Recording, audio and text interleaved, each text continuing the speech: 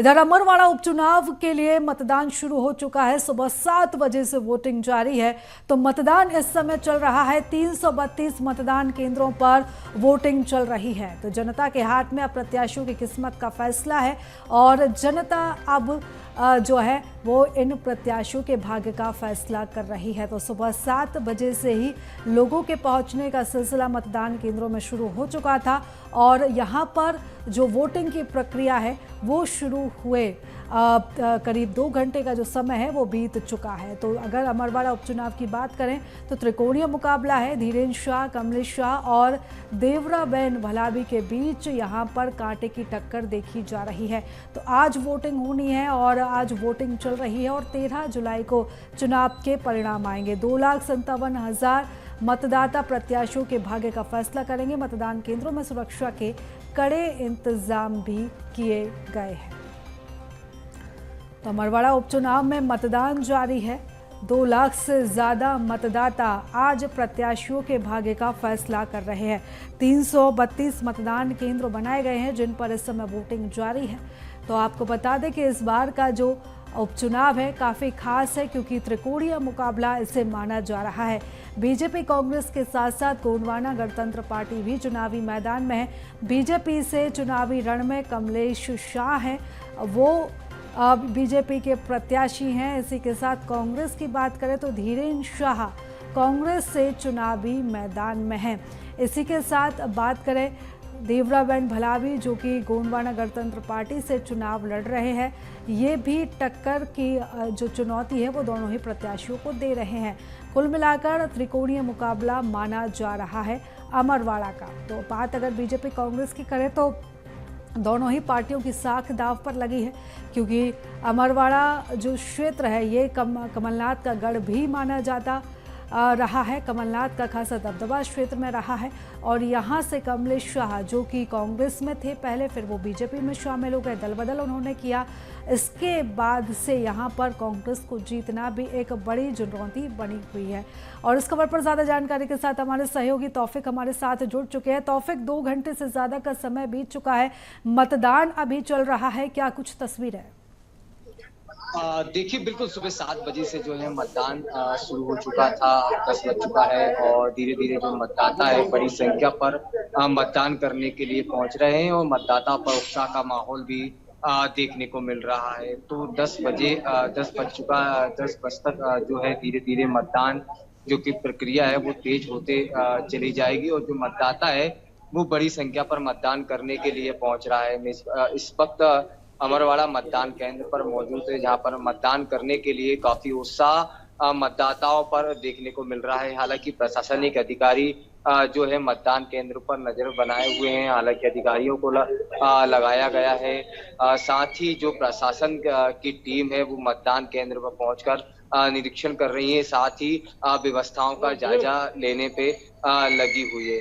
तो देखा जाए तो अभी 9 बज रहा है। 10 बजे तक जो धीरे धीरे मतदाता है वो बाहर निकल रहे हैं और मतदान करने बड़ी संख्या में पहुंच रहे हैं। हालांकि अभी तक कुछ जगह ऐसी कोई खबरें तौफिक, अगर हम माहौल की बात करें तो कितना उत्साह वहां पर मतदाताओं में दिखाई दे रहा है?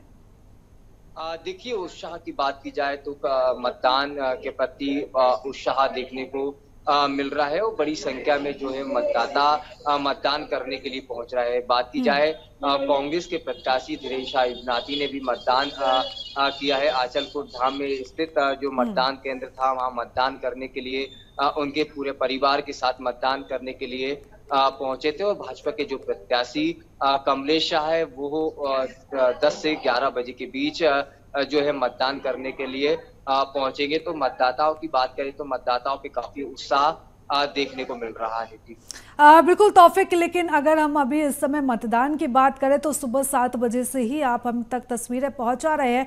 लोगों के पहुंचने का सिलसिला भी शुरू हो चुका था।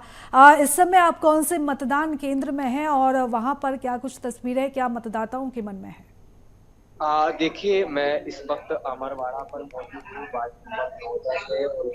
बेसिक साला कहा जाता है जहाँ पर मतदान चल रहा है। अब तस्वीरों में भी हालांकि मैं आपको तस्वीरों में भी दिखाना चाहूंगा कि किस तरीके से जो है उत्साह देखने को मिल रहा है। ये पुलिस प्रशासन के जो अधिकारी हैं वो यहाँ पर खड़े हुए हैं, जो कार्यकर्ता है, मतदाता है।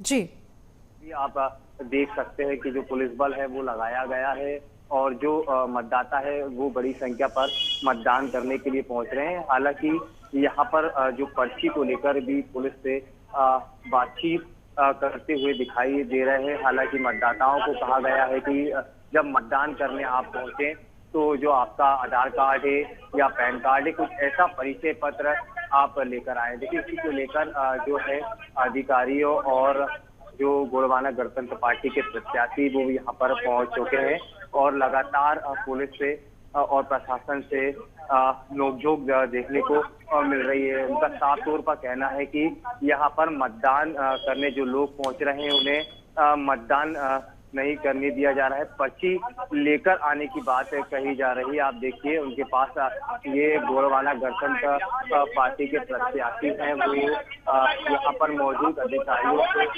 बातचीत करते दिखाई देते। कितना आप लोग यहाँ पर बिल्कुल तौफिक, यहाँ पर हम हंगामे की स्थिति देख रहे हैं इन तस्वीरों में।